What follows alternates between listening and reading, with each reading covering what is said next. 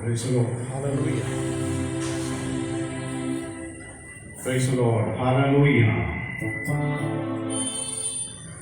ദൈവത്തിൻ്റെ നാമത്തിന് സ്തോത്രം ചെയ്യുന്നു. പ്രാവശ്യം കൂടെ പൈസോൺ മിനിസ്ട്രി ഫേസ്ബുക്ക് പേജിലൂടെ നമുക്ക് പങ്കുകൊള്ളുക. സർവശക്തനായ ദൈവം ഒരുക്കിയ നല്ല അവസരത്തിനായി ഞങ്ങൾ ദൈവത്തിന് സ്തോത്രം ചെയ്യുന്നു.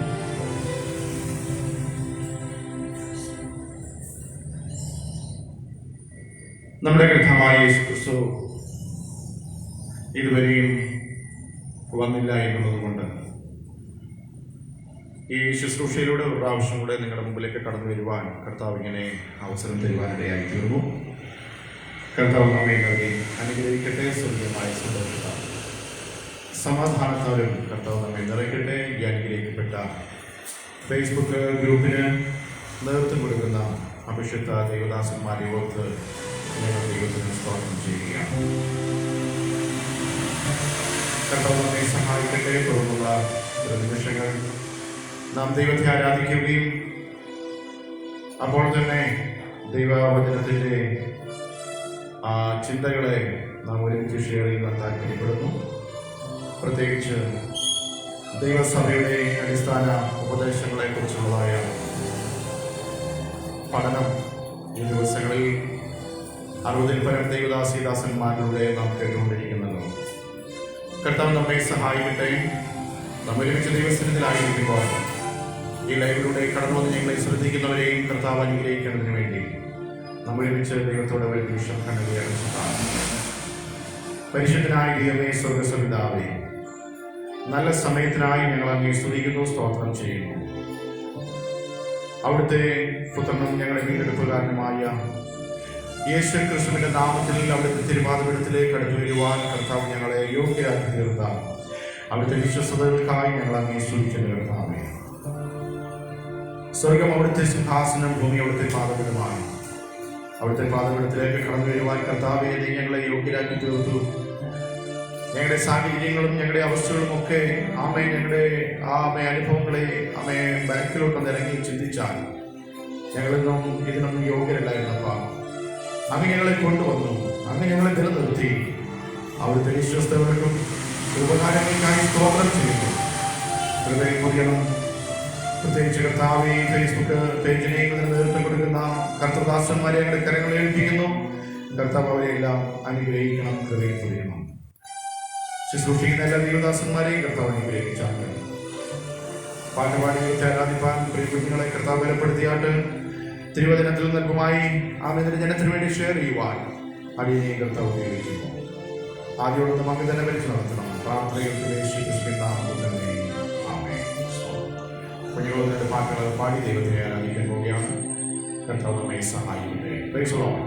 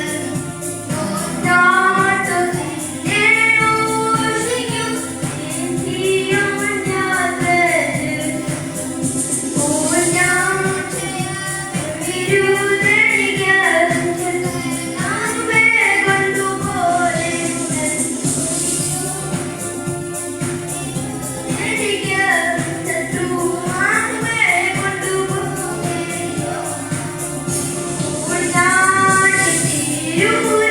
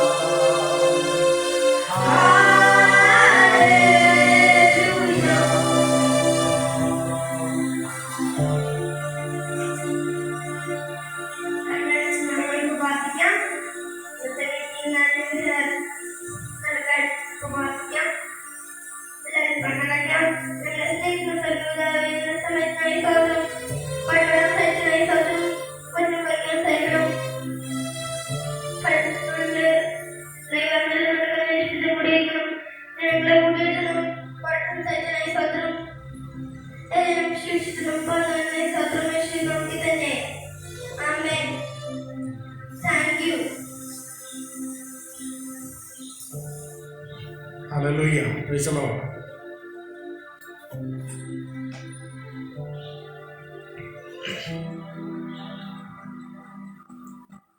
വീണ്ടും ഒരു പ്രാവശ്യം കൂടെ 5 സ്റ്റോൺ മിനിസ്ട്രിയിലൂടെ പ്രിയ സഹോദരങ്ങളുടെ മുമ്പിലേക്ക് കടന്നു വരുവാൻ സർവശക്തനായ ദൈവം ഒരുക്കിയ നല്ല അനുഭവങ്ങൾക്കായി ഞങ്ങൾ ദൈവത്തിന് സ്തോത്രം ചെയ്യുന്നു.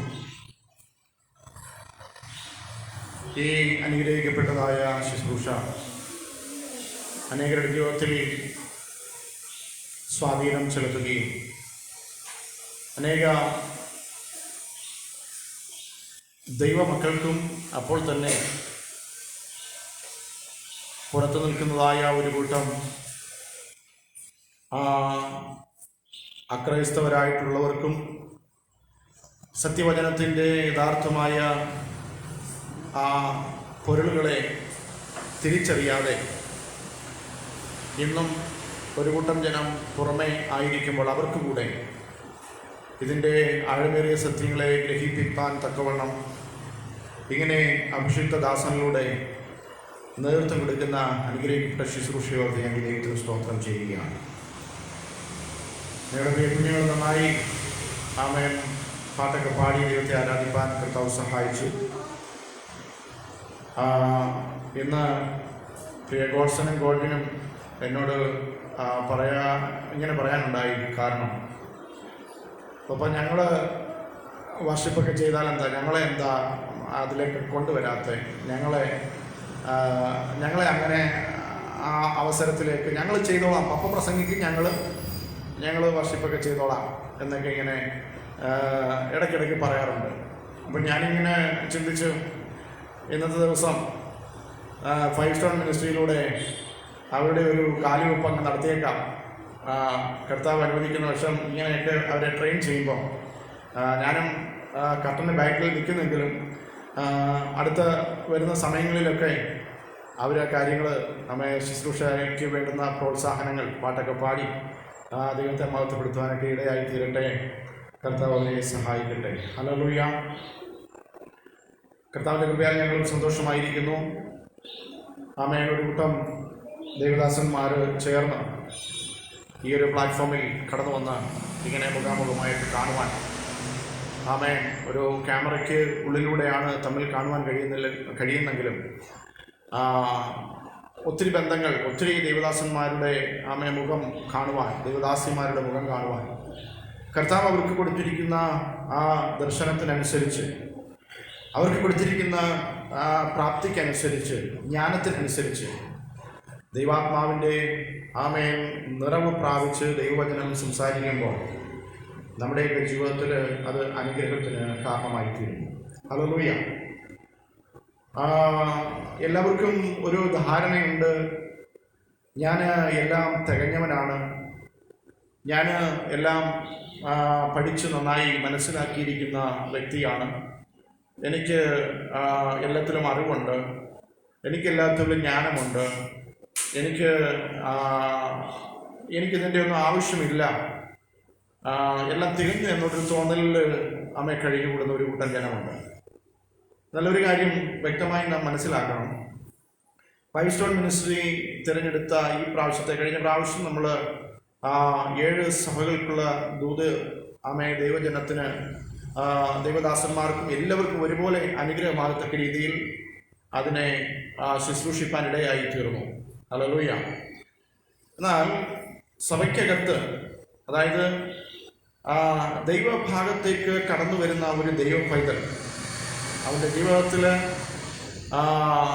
ദൈവം വച്ചിരിക്കുന്ന ഉപദേശങ്ങൾ, ആ ഉപദേശത്തിന് കീഴ്പ്പെട്ട ഒരു ജീവിതത്തെയാണ് ദൈവം മാനിക്കുന്നതെന്ന് ലോകത്തെ ഒന്നുകൂടെ അറിയിക്കുവാൻ, ജനത്തെ ഒന്നുകൂടെ പരിചയപ്പെടുത്തുവാൻ ഈ ആഴ്ചയിൽ തിരഞ്ഞെടുത്ത ആ നല്ല സബ്ജക്റ്റിനായി ഞാൻ ദൈവത്തെ സ്തോത്രം ചെയ്യുകയാണ്.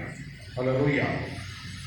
സഭയുടെ 7 അടിസ്ഥാന ഉപദേശം എന്ന് പറയുന്നത് ഒത്തിരി അതിൻ്റെ കാര്യം ഗൗരവമായി പഠിക്കേണ്ട വിഷയമാണ്. ഇതിനകത്ത് ഓരോ സബ്ജക്റ്റും അല്ലെങ്കിൽ ഓരോ വിഷയവും ഓരോ ആഴ്ചകളിൽ ഷെയർ ചെയ്തിരുന്നെങ്കിൽ നന്നായിരുന്നു എന്ന് എനിക്ക് ചിന്തിക്കുവാനിടയായി തീർന്നു. ഇതിനെ 2 പാർട്ടായിട്ടാണ് പ്രിയ അഡ്മിൻ പാനൽ അതിനെ ക്രമീകരിക്കുവാനിടയായി തീർന്നത്. അപ്പോൾ എല്ലാ ഭാഗങ്ങളിലും അത് ടച്ച് ചെയ്യുവാനോ സംസാരിക്കുവാനോ ഒന്നും കഴിഞ്ഞുവെന്ന് വരികയില്ല. ഹല്ലേലൂയ. മാനസാന്തരം, സ്നാനം, പരിശുദ്ധാത്മാവിൻ്റെ നിറവ്, വിശ്വാസ ജീവിതം, അപ്പോസ്തോലിക ഉപദേശം, ങ്ങളോട് കൂടെയുള്ള കൂട്ടായ്മ, അപ്പം നുറുക്കൽ, പ്രാർത്ഥന, ഇവയാലൊക്കെ നിറഞ്ഞ അനുഭവത്തിൽ ഒരുമിച്ച് വരുന്നൊരു കൂട്ടം, അതാണ് പ്രിയപ്പെട്ടവരെ കർത്താവിനാൽ തിരഞ്ഞെടുക്കപ്പെട്ട ഒരു കൂട്ടം എന്ന് പറയുന്നത്. മാനസാന്തരം എന്ന വിഷയത്തെ തന്നെ എടുത്ത് പ്രസംഗിക്കുകയാണെങ്കിൽ അതിനകത്ത് ഒത്തിരി കാര്യങ്ങൾ നമുക്ക് ചിന്തിക്കുവാനും പഠിക്കുവാനും ഒക്കെ കഴിയും. ഒരു മനുഷ്യന്റെ ജീവിതത്തിന്റെ മനസ്സിന് മാറ്റം സംഭവിക്കാം. ഒരു മനുഷ്യന്റെ ജീവിതത്തിലെ മനസ്സിന് മാറ്റം സംഭവിക്കുക. ലോകത്തിൽ നമ്മൾ നോക്കുമ്പോൾ ഒത്തിരി ജനസമൂഹങ്ങളുണ്ട്. മാനസികമായ പലതരത്തിലുള്ള വിഷയങ്ങൾ അഭിമുഖീകരിക്കുന്ന സാഹചര്യങ്ങൾ അവരെ പാപത്തിലേക്കും ദൈവമാരെന്ന് അറിയുവാൻ കഴിയാത്ത അനുഭവത്തിൽ അവരകപ്പെട്ട് ജീവിക്കുന്ന ഒരു കൂട്ടം ജനത്തെ നമുക്ക് കാണുവാൻ കഴിയും. എന്നാൽ അവരുടെ ഇടയിൽ അവരുടെ മനസ്സിന്റെ അവസ്ഥകളെ അവരെ മാനസാന്തരത്തിലേക്ക് കൊണ്ടുവരുവാൻ അല്ലെങ്കിൽ ഒരു സത്യ ആരാധനയിലേക്ക്, ഒരു സത്യത്തിലേക്ക് അവരെ വഴി നടത്തുവാൻ ഒരേ ഒരു വ്യക്തിക്ക് മാത്രമേ കഴിയൂ എന്നുള്ളൊരു തിരിച്ചറിവ് പ്രാപിക്കുന്ന അല്ലെങ്കിൽ അതിനെക്കുറിച്ച് മനസ്സിലാക്കുന്ന ഒരു വ്യക്തിക്ക് മാനസാന്തരം എങ്ങനെ ഉണ്ടാകുമെന്നുള്ളതിനെ കുറിച്ച് മനസ്സിലാക്കുവാൻ കഴിയും. ഹല്ലേലൂയ. ഒരു മനുഷ്യനെ അവന്റെ അവസ്ഥയിൽ നിന്ന്, അവന്റെ സാഹചര്യത്തിൽ നിന്ന് അവനെ മാനസാന്തരപ്പെടുത്തി കൊണ്ടുവരുവാൻ ഈ ലോകത്തിൽ ആർക്കും കഴിയാതെ ഇരിക്കുമ്പോൾ, അല്ലെങ്കിൽ കഴിയാതെ ഇരുന്നപ്പോൾ,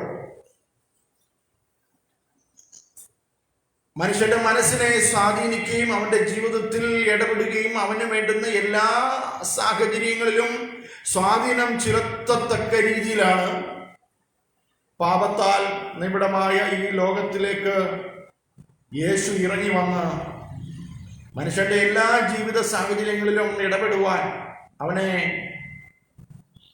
സ്വാധീനിപ്പാൻ, അവന്റെ മനസ്സിൽ അവൻ അഭിമുഖീകരിക്കുന്ന വിഷയത്തിന് പരിഹാരം ചെയ്തുകൊണ്ട് അവനെ തിരിച്ചു പിടിക്കുവാൻ, അവനെ ദൈവരാജ്യത്തിന്റെ അവകാശികളാക്കി തീർക്കുവാൻ വേണ്ടി യേശു കർത്താവ് ഈ ഭൂമിയിലേക്ക് വന്നു. ഏദൻ തോട്ടത്തിൽ വെച്ച്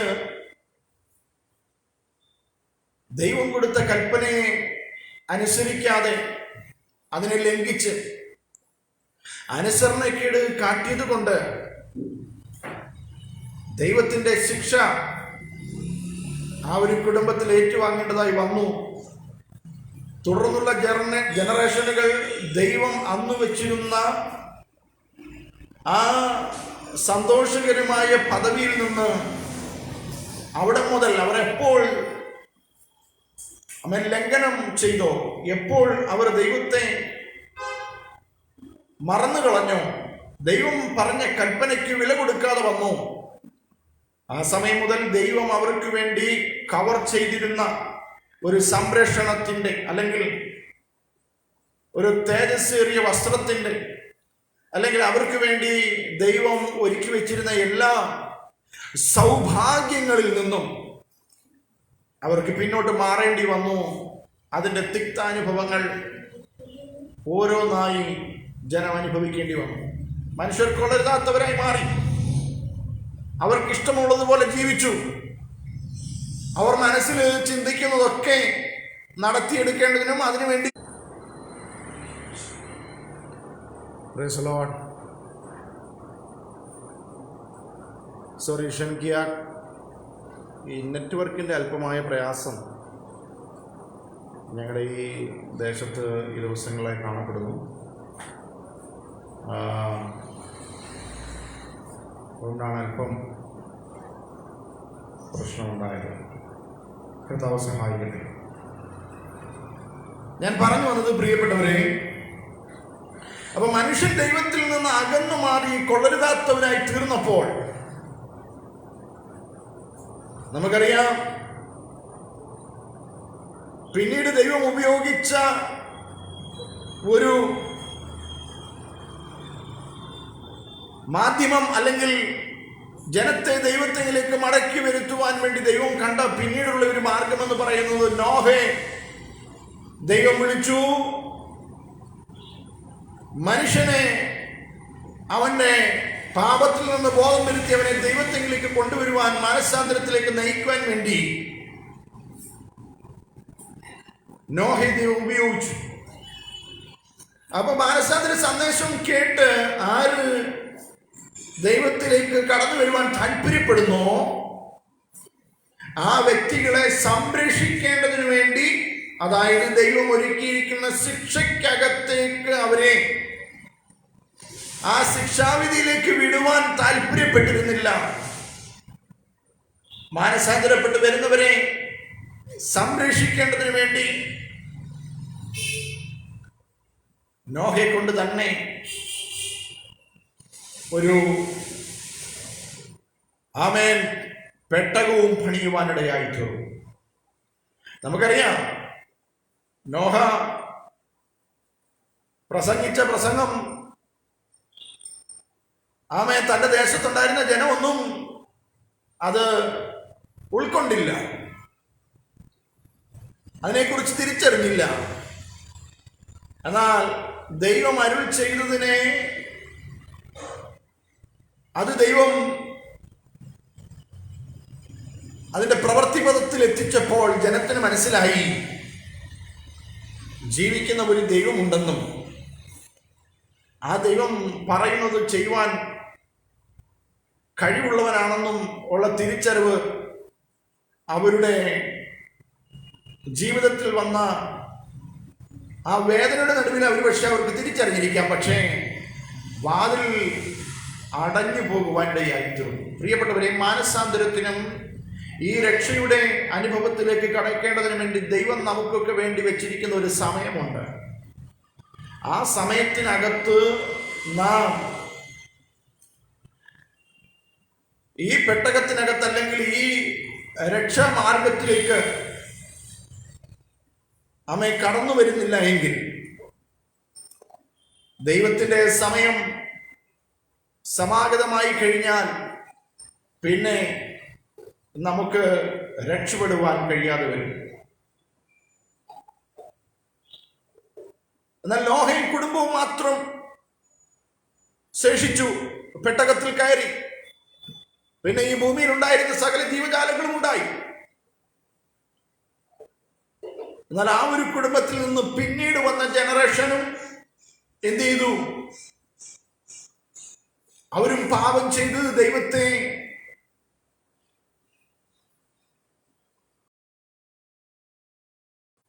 നിന്ദിക്കുന്നവരും ദൈവമില്ലാത്തവരുമായി ജീവിച്ചപ്പോൾ,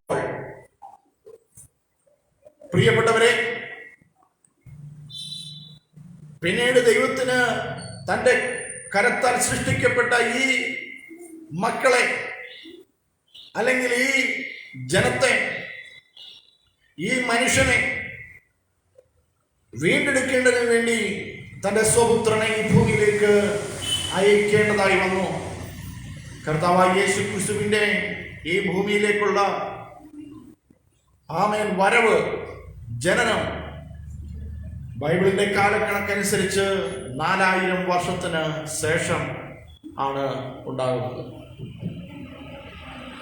ഒറ്റ പദ്ധതിയുള്ളായിരുന്നു, ഒറ്റ കാര്യമേ ഉള്ളായിരുന്നു. തന്റെ കരത്താൽ സൃഷ്ടിക്കപ്പെട്ട മനുഷ്യനെ അവന്റെ പാപത്തിൽ നിന്ന് അവനെ വീണ്ടെടുക്കുക, അവനെ ദൈവം ഒരുക്കിയിരിക്കുന്ന ആ സ്വർഗീയ അനുഭവത്തിലേക്ക്, ആ സ്വർഗീയ രാജ്യത്തിലേക്ക് ഇവരെ എത്തിക്കുക, അതിനുവേണ്ടി സ്വയം തൻ്റെ സ്വപുത്രനെ ബലിയായി നൽകുക എന്നുള്ളതായിരുന്നു പിന്നീടുള്ള അടുത്ത ഒരു ഓപ്ഷൻ എന്ന് പറയുന്നത്. അങ്ങനെ നമ്മുടെ കർത്താവായ യേശു ക്രിസ്തു ഭൂമിയിൽ വന്നു. ആ കർത്താവ് നമുക്ക് വേണ്ടി കാൽവരി ക്രൂശിൽ മരിച്ചു. ആ ഭാവങ്ങളൊക്കെ നമുക്കറിയാമല്ലോ പ്രിയപ്പെട്ടവരെ. ആ ഒരൊറ്റ കാരണം കൊണ്ടാണ് പ്രിയപ്പെട്ടവരെ ഞാനും നിങ്ങളും ഇന്ന് ഈ മാനസാന്തരത്തിന്റെ അനുഭവത്തിലേക്ക് വരുവാനും നാം സഞ്ചരിച്ചു കൊണ്ടിരുന്ന ആ ദുർമാർഗങ്ങളിൽ നിന്നും, ആ ദൈവ വഴി വിട്ട് പോയിരുന്ന ആ മാർഗങ്ങളിൽ നിന്നും നമ്മളെ നമ്മുടെ മുന്നിൽ വന്ന് ആ റൂട്ട് തിരിച്ച് ഈ സന്തോഷത്തിലും ഈ സമാധാനത്തിലേക്കും നമ്മെ നിത്യതയിലേക്ക് വഴി നടത്തുന്ന ഈ യേശു കർത്താവിനെ പിന്തുടരുവാൻ നമുക്ക് കാരണമായി തീർന്നത് ആ യേശു കർത്താവ് വില കൊടുത്തത് കൊണ്ടാണ്. അപ്പോൾ ഒരു മനുഷ്യന്റെ മനസ്സിനെ മാറ്റാൻ,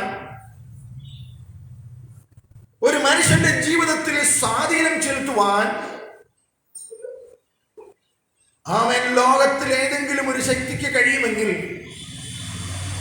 അത് നമ്മുടെ കർത്താവായ യേശു ക്രിസ്തുവിന് മാത്രമേ കഴിയുകയുള്ളൂ. ഹല്ലേലൂയ.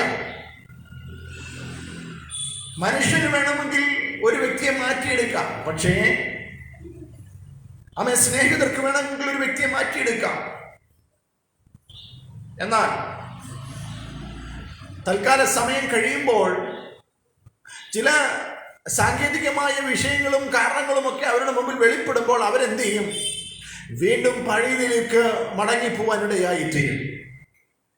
എന്നാൽ യഥാർത്ഥമായി സ്ഥിരതയോടെ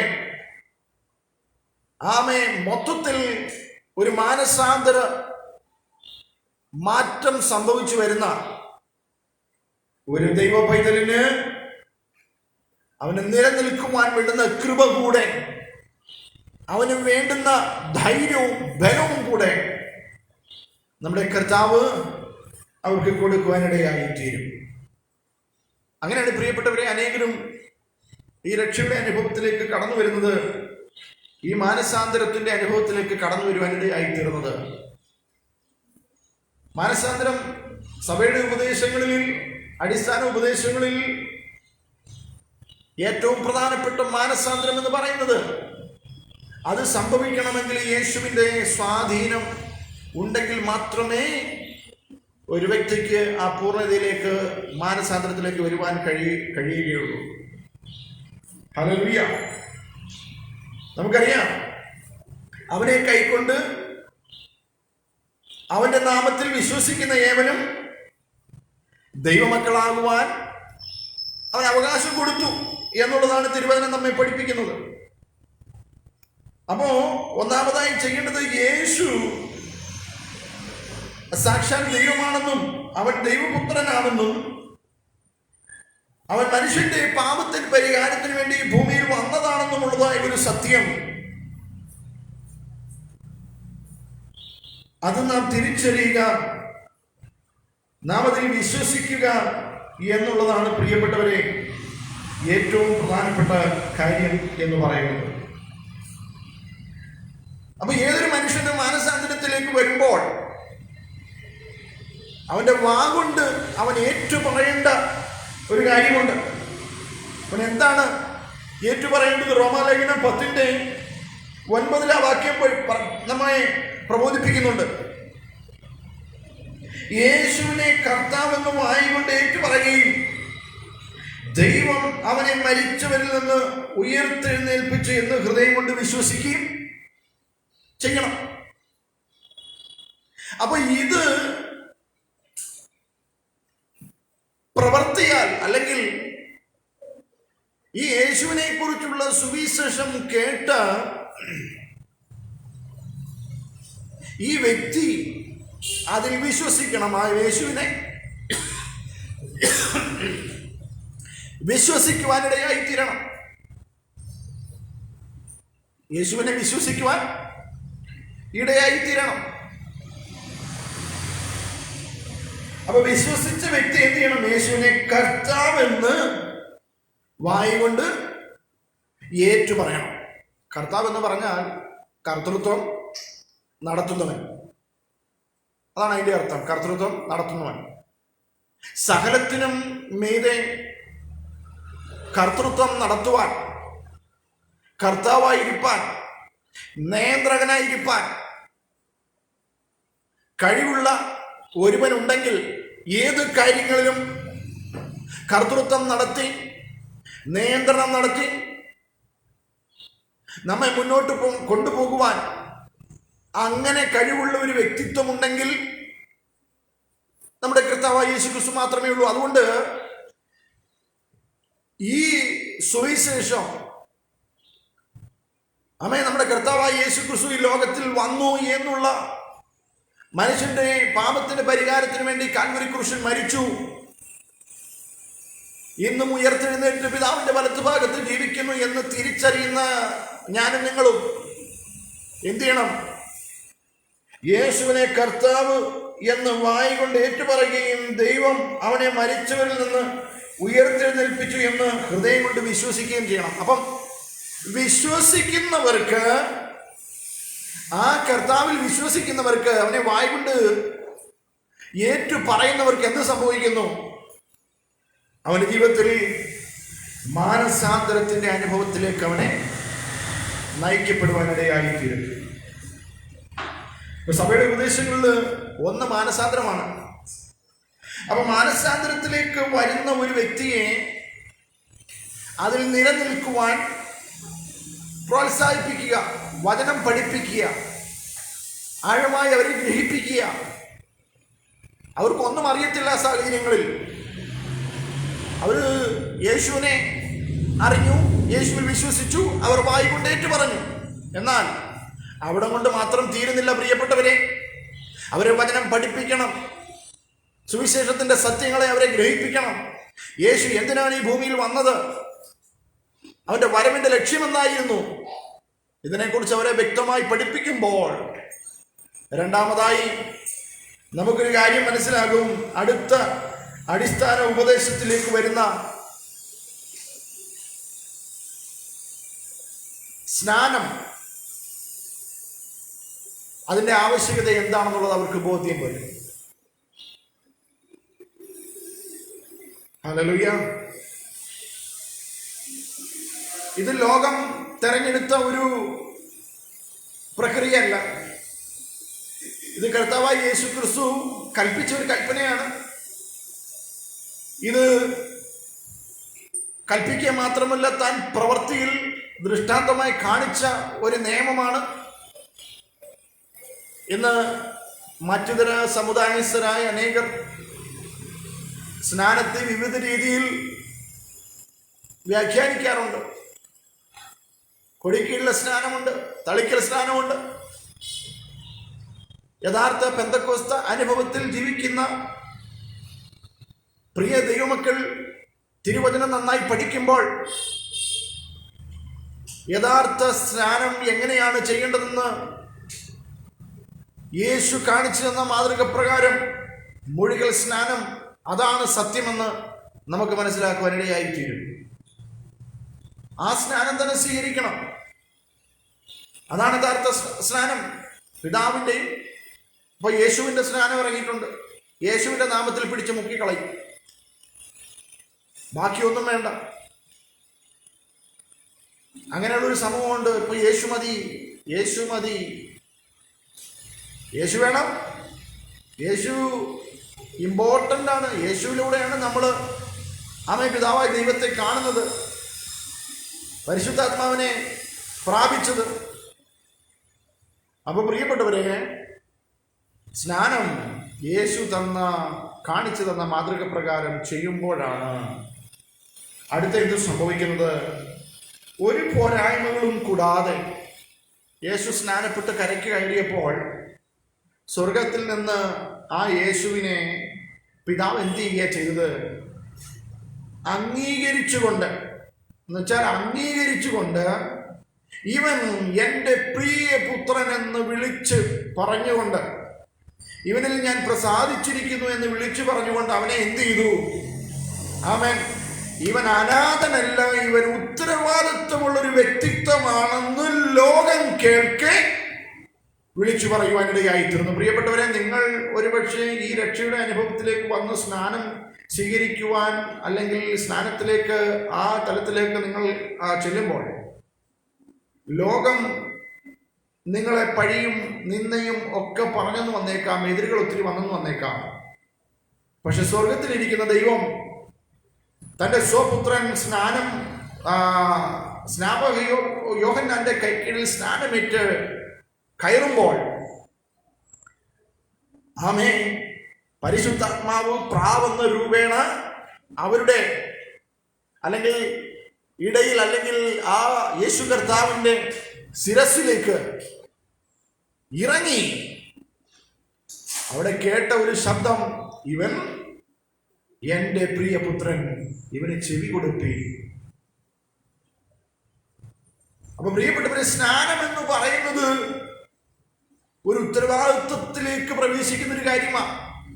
ആരുമില്ല എന്ന് തോന്നുന്ന വ്യക്തികൾക്ക് സ്നാനത്തിനകത്തുകൂടെ സകലത്തിന്റെ ഉടയവനായ യേശു കർത്താവിന്റെ കൂട്ടാളിയായി അവനോട് ചേർന്നുകൊണ്ട് ആ യേശു കർത്താവ് നമ്മെ അവന്റെ കൂടെ സ്വീകരിക്കുന്ന ഒരു അനുഭവം കൂടെയാണെന്ന് ഞാൻ ഈ സമയം പറയുവാൻ താല്പര്യപ്പെടുന്നു. അപ്പൊ സ്നാനത്തിനകത്തുകൂടെ എന്ത് സംഭവിക്കുന്നു? റോമാലേഖനം 6-ാം അധ്യായം ആ വിഷയങ്ങളെ കുറിച്ചൊക്കെ നമുക്ക് പഠിക്കുവാൻ കഴിയും. അപ്പോ സ്നാനം എന്ന് പറയുന്ന ആ ദൈവിക കൽപ്പന, യേശു കർത്താവിന്റെ അന്ത്യകൽപ്പന നാം അനുസരിക്കുമ്പോൾ, മൂന്നാമതായി പരിശുദ്ധാത്മാവെന്ന ദാനം നമ്മളിലേക്ക് വരുവാനിടയായി തീരും. സ്നാനത്തിന് മുമ്പും പരിശുദ്ധാത്മാവിന്റെ അഭിഷേകം അല്ലെങ്കിൽ പരിശുദ്ധാത്മാവ് പ്രാപിച്ചവരെ കുറിച്ച് തിരുവചനം പഠിക്കുന്നുണ്ട്. പത്രോസ് കൊർന്നല്യോസിന്റെ വീട്ടിൽ ചെന്ന്, അപ്പോസ്തലരുടെ പ്രവൃത്തി 10-ാം അധ്യായത്തിലെ സബ്ജക്റ്റ് നമുക്കറിയാം. കൊർന്നല്യോസിന്റെ വീട്ടിൽ ചെന്നിട്ട് പത്രോസ് പ്രസംഗിച്ചപ്പോൾ ജാതീയരായ ജനങ്ങളുടെ ഇടയിലേക്ക് പരിശുദ്ധാത്മാവ് ഇറങ്ങി വന്നു. അവർ അന്യഭാഷകളിൽ ദൈവത്തെ ആരാധിച്ചു. ആ ഭാഗം ഞാനിവിടെ നിർത്തട്ടെ.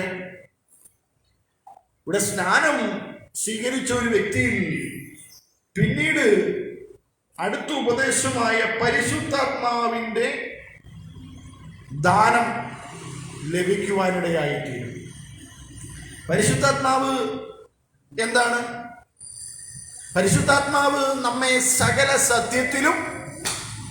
വഴി നടത്തുന്ന ത്രിയേക ദൈവത്തിൻ്റെ ആളത്വ രൂപമുള്ള പരിശുദ്ധാത്മാവ് കഴിഞ്ഞ നാളുകൾ വരെ നമ്മുടെ കൂടെ നമ്മെ നയിക്കാനോ, നമ്മുടെ കൂടെ നിൽക്കാനോ, നമ്മെ ഉപദേശിക്കാനോ നമുക്ക് ആരുമില്ലാതെ ഇരുന്ന സാഹചര്യത്തിൽ ഇതാ യേശു കർത്താവിനെ കർത്താവും രക്ഷിതാവുമാണെന്ന് വാഗൊണ്ട് ഏറ്റുപറഞ്ഞ് വചനം പഠിച്ചു.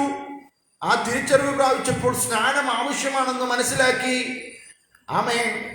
ആ സ്നാനം സ്വീകരിച്ച് കയറി വന്നൊരു പുതിയ മനുഷ്യനായി. പഴയത് കഴിഞ്ഞുപോയി, ഇതാ സകലതും പുതിയതായി തീർന്നു എന്ന് തിരുവചനം പഠിപ്പിക്കുന്നത് പോലെ, ഒരുവൻ ക്രിസ്തുവിനായാൽ അവൻ പുതിയ സൃഷ്ടി അത്രേ എന്ന് പഠിപ്പിക്കുന്നത് പോലെ ഒരു പുതിയ മനുഷ്യനായി പുറത്തു വന്നപ്പോൾ ആ പുതിയ മനുഷ്യനെ വീണ്ടും ഈ ലോകത്തിൽ ജീവിക്കുന്നിടത്തോളം അവനെ പരിശുദ്ധാത്മാവിന്റെ നിയോഗത്തിൽ ബുദ്ധി സകല സത്യത്തിനും വഴി നടത്തേണ്ടതിന് വേണ്ടി അവനോടൊപ്പം സഞ്ചരിക്കുവാൻ പരിശുദ്ധാത്മാവിന്റെ ദാനം അവന് വേണ്ടി കർത്താവ് കൊടുക്കുവാനിടയായിത്തീരും. ഹല്ലേലൂയ. പ്രിയപ്പെട്ടവരെ, ഈ 3 കാര്യങ്ങൾ ഇത്ര ഇങ്ങനെ ഓടിച്ച് ഞാൻ നിങ്ങളോട് ഒരു ഉപദേശം രൂപേണ ഷെയർ ചെയ്തു എന്ന് മാത്രമേ ഉള്ളൂ. ഒരു കാര്യം നാം മനസ്സിലാക്കണം. ഈ 3 കാര്യങ്ങൾ നമ്മുടെ ജീവിതത്തിൽ സംഭവിക്കുമ്പോൾ ബാക്കി നമ്മുടെ ആത്മീയ കൂട്ടായ്മയിൽ ചെയ്യേണ്ടതായ ചില ക്രമീകരണങ്ങൾ, നാം എങ്ങനെയാണ് ആത്മീയ ജീവിതം നയിക്കേണ്ടത്, കൂട്ടായ്മ, അപ്പം നുറക്ക്, ഇങ്ങനെയുള്ള കാര്യങ്ങളെ കുറിച്ച് അടുത്ത ആഴ്ചയിൽ ആമേൻ പ്രസംഗിക്കുവാൻ കഴിയുമല്ലോ. അതുകൊണ്ട് ഞാൻ ഈ 3 ഭാഗം മാത്രമേ ഞാനിങ്ങനെ ഓടിച്ച് നിങ്ങളുമായി സംസാരിച്ചുള്ളൂ. എല്ലാ ഭാഗങ്ങളും വാക്യങ്ങളൊക്കെ എടുത്ത് ആമേൻ അത് ചർച്ച ചെയ്യുവാൻ നമ്മുടെ മുമ്പിൽ സമയമില്ലല്ലോ പ്രിയപ്പെട്ടവരെ. അതുകൊണ്ട് പരിശുദ്ധാത്മാവിൻ്റെ നിയോഗം പ്രാപിക്കണം, പരിശുദ്ധാത്മാവിൻ്റെ അഭിഷേകത്താൽ നിറയപ്പെടണം. ഈ പരിശുദ്ധാത്മാവ് നമ്മളെ എന്താണ് ചെയ്യുന്നത്? സകല സത്യത്തിലും വഴി നടത്തും. തെറ്റിനെ മുന്നിൽ കാണുമ്പോൾ അതിനെ തെറ്റാണെന്ന് തിരിച്ചറിയിക്കുവാൻ മറ്റൊരു വ്യക്തി നമുക്ക് പറഞ്ഞു തരുന്നതിനേക്കാൾ മുമ്പേ ഈ പരിശുദ്ധാത്മാവ്, നമ്മളിൽ വസിക്കുന്ന പരിശുദ്ധാത്മാവ്, ആ പാപത്തെക്കുറിച്ചും ന്യായവിധിയെക്കുറിച്ചും ഉള്ളതായ ബോധം നമ്മുടെ ഉള്ളിൽ തരുവാനിടയായിത്തീരും. അങ്ങനെ നമ്മളെ നിത്യതയോളം, ആമേൻ, കർത്താവിന്റെ വരവോളം, ആ നിത്യരാജ്യത്തിൽ എത്തുവോളം ഈ പരിശുദ്ധാത്മാവിന്റെ ദാനം ലഭിച്ച ആൾക്ക് എപ്പോഴും കൂടെ ആരുണ്ട്?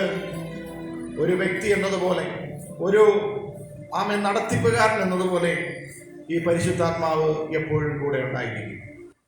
അതുകൊണ്ട് പ്രിയപ്പെട്ടവരെ, മാനസാന്തരം, സ്നാനം, പരിശുദ്ധാത്മാവിന്റെ ദാനം, ഇതൊക്കെ സഭയിലെ ആമേൻ വന്നിരിക്കുന്ന വ്യക്തി ജീവിതങ്ങൾ നന്നായി പഠിക്കുകയും നമ്മുടെ ജീവിതത്തിൽ ആമേൻ ഒരാള് യേശുവിനെ കുറിച്ച് കേട്ടു എന്ന് പറഞ്ഞിട്ട് കാര്യമില്ല. യേശു പറഞ്ഞ കൽപ്പന അനുസരിച്ച് ഈ സഭയാ മണവാട്ടിയുടെ അല്ലെങ്കിൽ ഈ ആത്മീയ കൂട്ടായ്മയുടെ വക്താക്കളായി ഇനിയൊരു ഭാവി പ്രത്യാശ, കർത്താവ് പറഞ്ഞ വാക്തത്വം, ഞാൻ പോയതുപോലെ തന്നെ വീണ്ടും മടങ്ങി വരും, മടങ്ങി വന്ന് നിങ്ങളെയും എൻ്റെ കൂടെ ചേർത്ത് കൊള്ളുമെന്ന് പറഞ്ഞ ആ വാക്തത്വത്തിന് വേണ്ടിയാണ് ഇനി കാത്തിരിക്കുന്നത്. അപ്പൊ അതുകൊണ്ട്